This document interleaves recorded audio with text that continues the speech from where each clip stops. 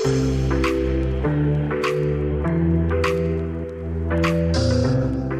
Dethroners, welcome back to another episode of the Dethroning Your Inner Critic YouTube channel. I am Joanna Kleinman, psychotherapist and CEO of the Dethroning Your Inner Critic coaching company. And today I want to talk to you about emotional alchemy and how it impacts your relationships. So first, what the heck is emotional alchemy? Well, for thousands of years, alchemists were people who tried to figure out how to turn lead into gold. So when we talk about alchemy now, is when a person transforms or creates something through a seemingly magical process. Okay, so when I'm using the term emotional alchemy, I'm talking about understanding how to use our most painful emotional triggers as profound paths of healing and growth and transformation that can change our most problematic relationships, both with ourselves and with everyone in our lives. And that can actually in turn shape how our future unfolds. It can actually change the direction of how our future unfolds. Okay. So let's first look at our most painful emotions. So if you take a moment and you think of a time when you were most deeply triggered into a painful emotion, could have been recently, it could have been a long time ago. Okay. But I'm going to guess that whatever it was, that in some way it involved something that another person said or did that hurt you deeply. Okay, there was some circumstance that happened that I'm going to assume involved another human in some way. Okay, now what's typical for the way most people respond to this, okay, is that automatically they're engulfed into their emotional pain. And when we're caught in our emotional pain and we feel as though someone has hurt us deeply or they've betrayed us or they've done something, what gets triggered at our deepest core is that in some way we don't feel loved enough, valued enough, important enough, or in some way, shape, or form, we are just not enough of something, okay? Now, this affects every single human being. There is nobody that escapes this, okay? And when we are triggered into that deep emotional pain, that is a core wound. I've talked about core wounds in other episodes, okay? But when we're triggered into that core wound, we don't know that we're actually triggered into a core wound, okay? So what happens is it's like an emotional cascade into darkness, right? We become hurt or angry or, end up focusing on some circumstance that made us feel this way, okay? So when you think back to when you've been triggered into that core pain, first I want you to think about, right, who triggered it? Was it your spouse or your partner, or was it a child or a colleague or a supervisor or an in-law, right? Do you feel rejected by a friend, or were you not invited somewhere and you felt that pain of being excluded? If you allow yourself to look deeply into that pain, whatever it was, okay, what you're going to find is right in the center of your pain, that's where your core wound is.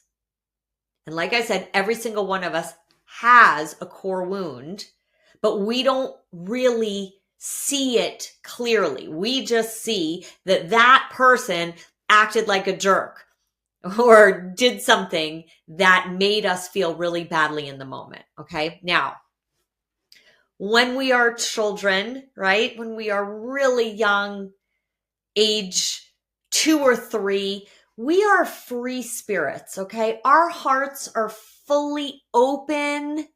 We have no problem dancing in public like no one's watching, right? We don't think about ourselves. We're just free-spirited humans, okay? But then at some point, we first experience some disapproval, some sense of being punished or shamed or embarrassed simply for being our authentic selves, okay?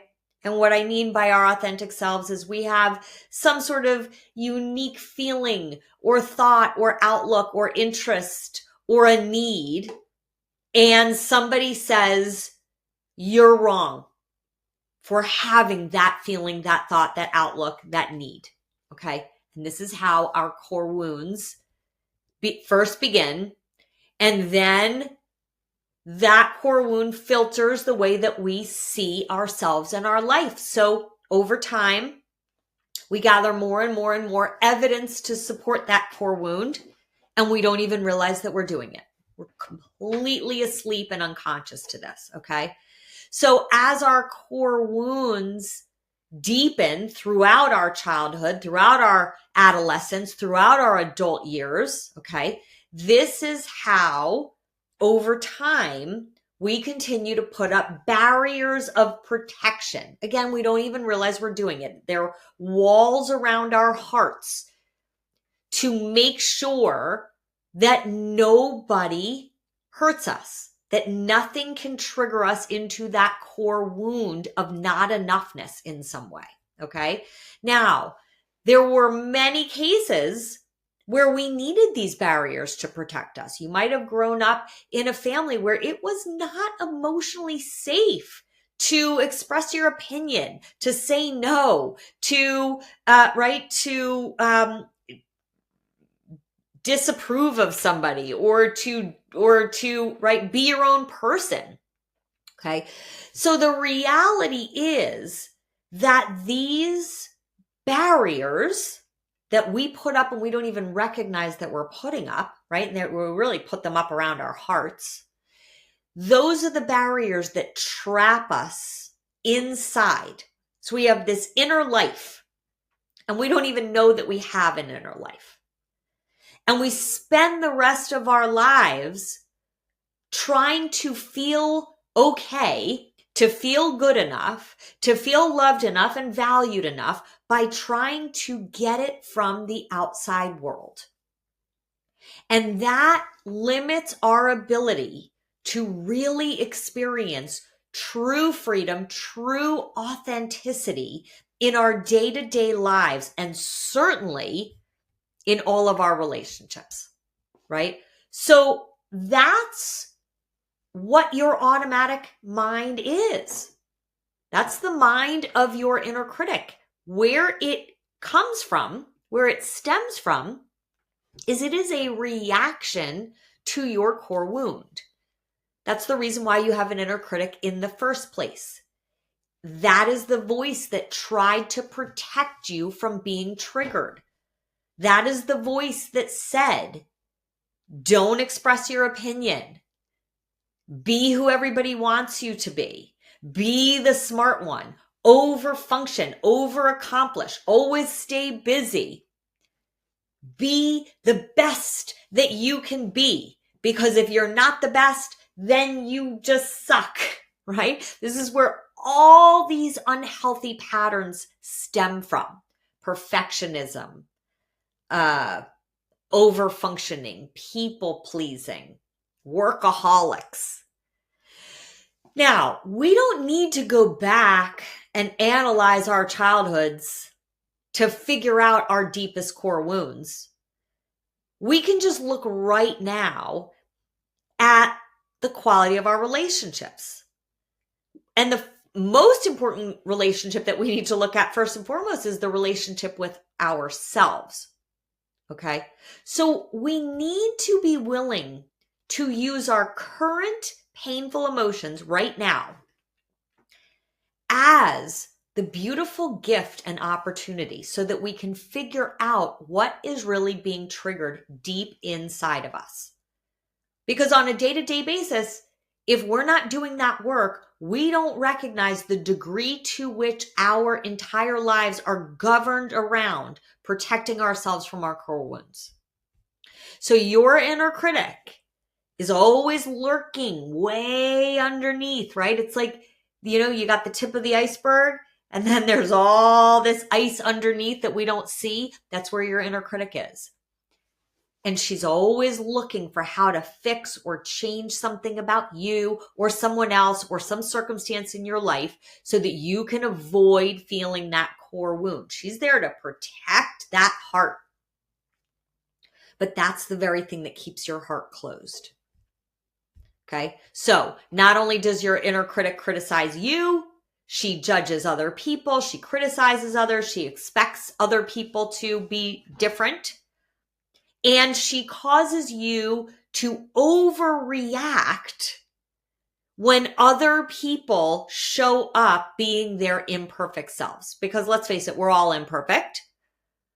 And if you don't know that your core wound is being triggered, you're going to overreact in your relationships or take yourself away or be quiet or disengage or not be vulnerable.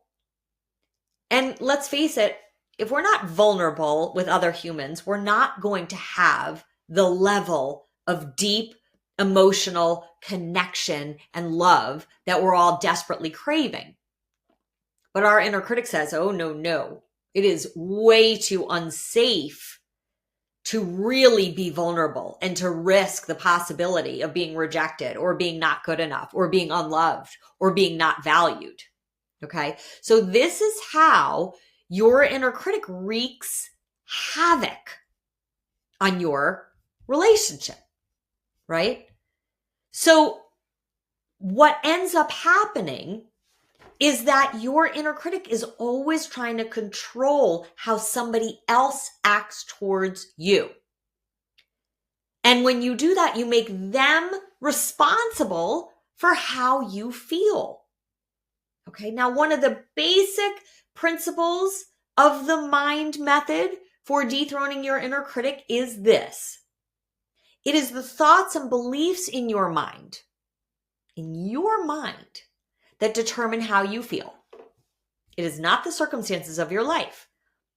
It is not up to someone else to determine whether you feel loved, valued, important, or respected. Those feelings, you feeling not valued, unloved, disrespected, those are your feelings that are determined by your thoughts. Even if somebody shows up acting really inappropriately, that's about them, right? But if you don't know that your core wound is being triggered, you're going to make it about you. So if your inner critic is ruling your mind, then your thoughts are the old, habitual, conditioned thoughts that really have been floating around in your unconscious mind since you were a small child. When your inner critic is in control, it is easy to get hurt or angry or offended by what somebody else says or does. But when you learn how to separate yourself from that automatic inner critic mind, now your authentic self is in control of choosing your thoughts. You have a choice about how you're going to think about a situation. And what's interesting is that when we don't have a choice, when we're really being governed by our inner critic mind, this is how people end up staying in relationships that are unhealthy, right? Because we get so fixated on trying to control and fix the other person, we don't even recognize there are some people that are just incapable of giving you what you really want and what you really deserve. But if you've got an inner critic self that deep down feels you don't deserve to be loved, you're going to find the people out there that aren't capable of really loving you, and you'll spend the rest of your life trying to get them to change. And what's even more fascinating about this is if you are in that category, right, where you have a core wound of feeling unloved, you won't even be attracted to somebody that is just ready and waiting to love you. I know this sounds crazy, but it won't feel like love. You know, what'll feel like love is I gotta work really hard and get them to treat me right and get them to fall in love with me. And it feels like what love is that roller coaster of disconnection and pain. It's very fascinating how we perpetuate patterns in our lives because we don't know that we even have a core wound. So this is where emotional alchemy is so important, okay? Because you really need to be able to first see your core wound before you can transform it into something that can actually redefine how you think about yourself, what you believe is possible for you, your emotional internal state, the choices that you make, the decisions that you make, the actions that you take. And it is those actions that in turn are going to shape how your life unfolds. Okay? So your inner critic thoughts convince you that it's actually possible to control how another person acts. That's a total illusion. And you might keep trying and trying and trying, but we have no ability to control anybody else, okay? But this is how most relationships fall into a vicious cycle. We try to control our partner, and our inner critic will convince us that we have a right to be angry or critical or manipulative or upset with our partner.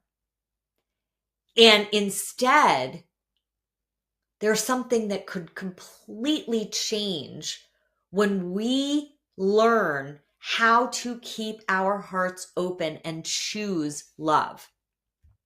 So in other words, when we get upset with something that our partner says or does, that's usually because we're allowing our inner critic thoughts to convince us of something, right? Like maybe your partner did something that made your inner critic feel I'm unimportant, I don't matter to him or her, she or he disrespected me. Now remember, those thoughts are always geared towards trying to fix or control or manage or perfect something in the external world so we don't feel pain, okay? So that automatic mind believes that other people have the power to either add to or take away our sense of ourselves, our sense of who we are. But at the end of the day, that's entirely a function of our own thoughts and beliefs and choices, okay? So we've been conditioned to have certain expectations about how other people are supposed to be. And when they don't meet those expectations, we get angry, we get offended, we get hurt, we get resentful, we get upset, right? Now, I know this from personal experience. My inner critic thoughts showed up more with my teenage sons than in any other relationship in my life. Now, my children are now 22, 19, and 15. But when my boys were younger teenagers, oh my goodness. So my inner critic would convince me that they were disrespecting me and they were walking all over me and they were taking advantage of me. And I didn't know at the time that that was my inner critic. I thought I was right. And I thought they were wrong. And I thought that they needed to change. So I was triggered a lot. And I therefore tried to fix and change and control the way that they treated me, which was a disaster because I couldn't control them, right? And so if they would show up disrespectful to me, I would have a lot of intense reactions towards them. And what I didn't see at the time was that my inner critic needed them to make me feel loved and valued and important. I needed to feel like they loved having me as their mom. Now, right? Now, at the time, my boys were pushing boundaries. They were focused on themselves. They were demanding, like a lot of teenagers are. Okay. Now, I certainly did need to set boundaries. I needed to say no. I might have even had to set some consequences, but I didn't have to have my emotional trigger, right? And my emotional trigger was because I was blaming them for making me feel the way that I felt. So it wasn't until I started really doing that deep work on my inner life to examine my deep core wounds. And that's when I started really seeing my own responsibility for my triggers. And once I did that, that is the inner work that literally transformed my relationship with each one of them. It didn't happen overnight, but they are now 22 and 19, and my relationship with each of them looks nothing like it did. Now you might say, oh, that's because they matured. No, that is because I started showing up differently. And over time, in turn, that had them show up differently towards me. And we've had a lot of discussion about this. It's not that we didn't have discussions about this. We certainly needed to process some of these things. But it is absolutely a function of how I started showing up. And that is the gift here. I used my pain as the gift that it was, and that is exactly what I want for you. I want you to understand how to use your pain as the gift to completely transform, first and foremost, your relationship with yourself, which from there, it's like a domino effect. It changes everything. Your pain can create your most profound transformation. It's your inner life that changes how your outer life shows up. Okay. So my inner transformation didn't just impact my relationship with my boys, right? It now impacts the mother that I am with my 15-year-old daughter. It completely transformed how my almost 27-year marriage is now.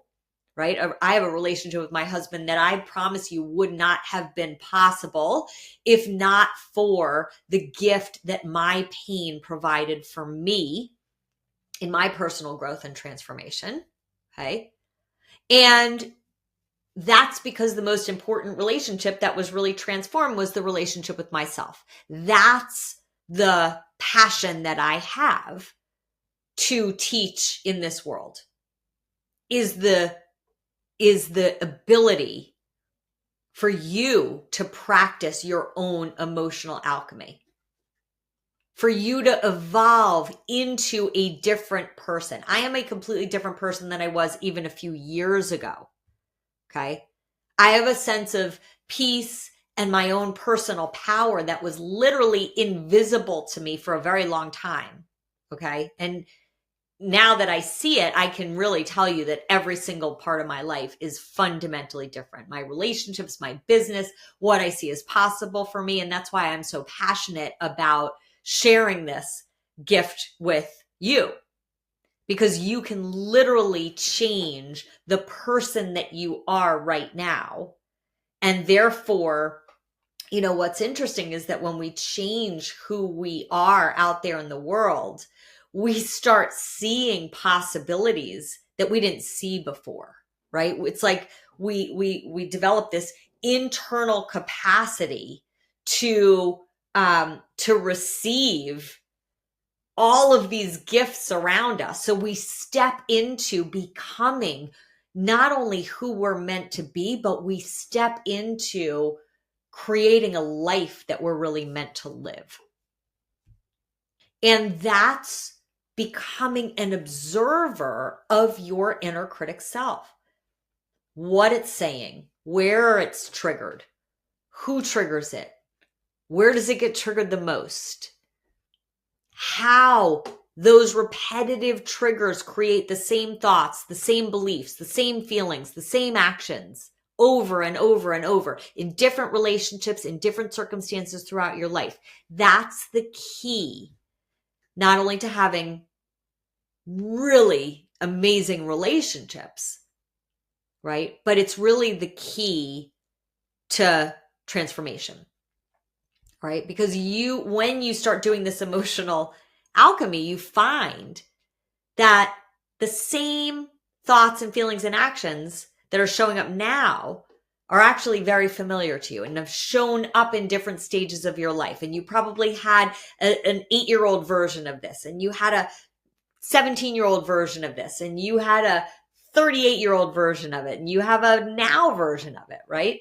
And that's the end step of the mind method. That's the never-ending message of your inner critic.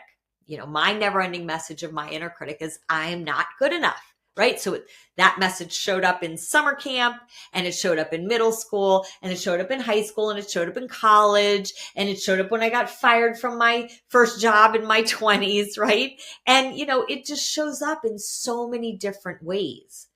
But now that I see it, now that I know what it is, I'm no longer hijacked by it, right? So that's emotional alchemy, taking 100% responsibility for our thoughts, our feelings, and our actions. And it is not an easy muscle to build, okay? Especially when we're dealing with difficult people.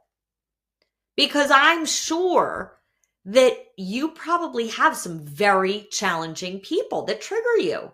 And it's very difficult to stop blaming other people or circumstances for why we feel the way that we do, especially if we have people in our lives that are really toxic.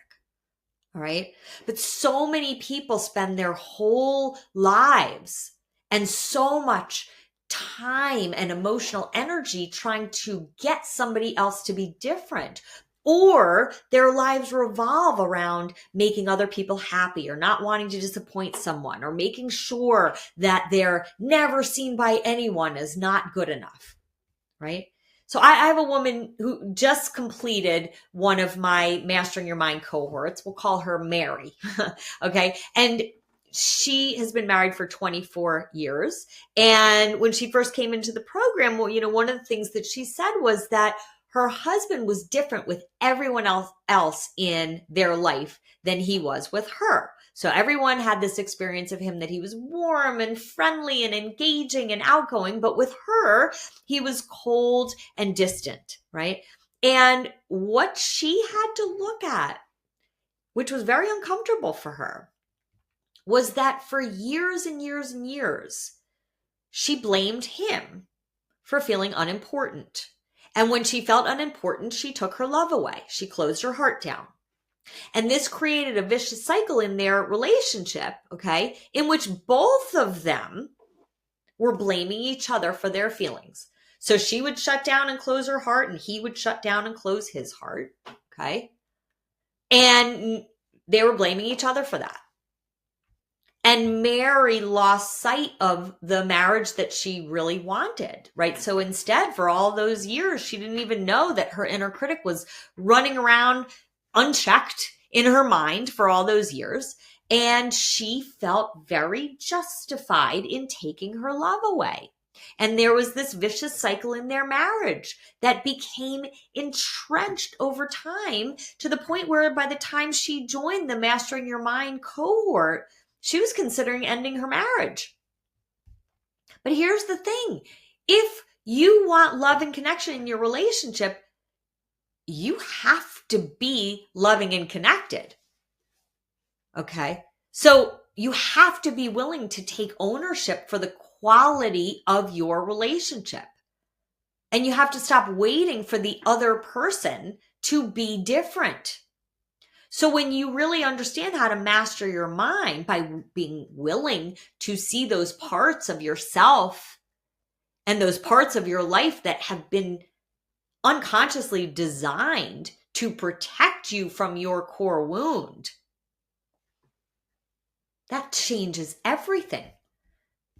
Now, I hear people ask me all the time, well, what if you're with someone who's really toxic? What if you're with someone who is really not behaving in a way that's acceptable? Okay, now here's the thing. Some of you might be staying in really unhealthy relationships, and you've been trying to fix and change that person for a really long time, or you've just accepted that this is the way that it is. So when you aren't doing your own inner work, that unhealthy dynamic becomes so normal, so familiar to you that you lose yourself. And that just becomes life. It just becomes invisible to you. You'd rather stay in that circumstance because at least it's familiar, right? Now remember, your inner critic tries to protect you from pain. So if your inner critic is trying to protect you from that deep fear of the unknown, she's going to convince you to just accept it, just drift through life, right? She doesn't want you to put yourself out there to create a life that's really in line with your authentic self. Why? Because that's scary. That is really uncomfortable. That is really hard to do. But in my opinion, what's even harder is to stay asleep and stay unconscious and stay on autopilot in your life. So if you're staying in a relationship with someone who is not capable of meeting your emotional needs, that is also a function of our core wounds. Many people will stay with that emotionally unavailable person because it's too scary to risk that their core wound might be triggered if they step into that complete unknown. So the thing that many people don't understand, and this is where emotional alchemy becomes super important, most people don't understand that we actually create our lives to be a mirror of what we believe we deserve. Okay? Now, your inner critic has always been conditioned to focus on trying to protect you from what you don't want. So choosing to focus on what we do want allows us to actually open up to see that we may need to create a new mind if we really want to get what it is that we not only want, but to get what we deserve in our relationships and in every part of our life, really. Okay? So we can't keep using that old conditioned mind, because then we'll just be in the same thought loops over and over and over again. That will trigger the same emotions, that will trigger the same behaviors, that over and over and over again will just keep giving us the same result. And that's the definition of insanity, doing the same thing over and over again and expecting different results. So the dynamics in your relationship depend on how you're showing up in your life, right? It's not even only what you do or say, it's about how you're being, okay? It's never about that other person. It's always about us, all right? Now, here's what I've seen time and time again, both in my own life and in my work with thousands of people. Changing the way that you're being changes the other human being that's in front of you. Your willingness to use your pain to examine your automatic thoughts, emotions, and actions. When you're willing to do that work, you have the power to create a different relationship and actually have that other person show up differently towards you. I see it over and over and over again, right? You're the one that's doing the work, But it's almost like your partner's doing the work because all of a sudden you're showing up differently, and then that gives them permission to show up differently towards you, right? So here's the question that I want you to all think about, all right?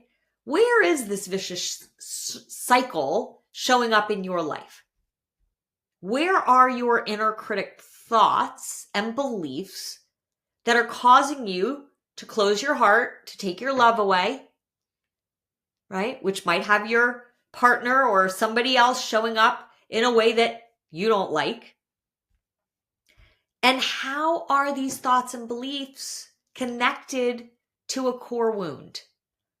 Now, I encourage you to visit this question daily. And what can be even more useful is listen to this podcast with your partner. Maybe the two of you sit down together and answer those questions. Could it get messy? Sure. But see, avoiding the messiness is what continues to have it go the way that it's going. So when we can say the things that we need to say in our relationships, when we can shine a spotlight on the messiness and say, I've been tolerating some things for a really long time, and I know you've been tolerating some things for a really long time, that's an uncomfortable conversation. But that's exactly how we have breakthroughs that we're really looking for. That's how we really take our relationships to a completely different level. So, perhaps the greatest turning point in a person's life is even the realization that there is an existence of an inner life. We're so caught up in the drama of our external life that we're blind to the idea that we actually have an authentic self that's hidden beneath the self that's been created by our unconscious and automatic inner critic mind. So our true worthiness, our true capacity for love and connection and creativity and transformation really lies hidden below the surface. So if this is something that you're interested in exploring further, my Mastering Your Mind program is the transformational map that will give you the path to alter your experience of your relationships, starting with your relationship with yourself. My next Mastering Your Mind cohort is beginning mid-April 2024. If you're listening to this after April of 2024, you can always book a time to connect with me and find out when the next cohort is beginning. But what I can assure you is that the Mastering Your Mind program will transform how you're showing up in every relationship in your life, starting with the most important one, which is your relationship with yourself. Thanks for tuning in today. See you soon. Bye.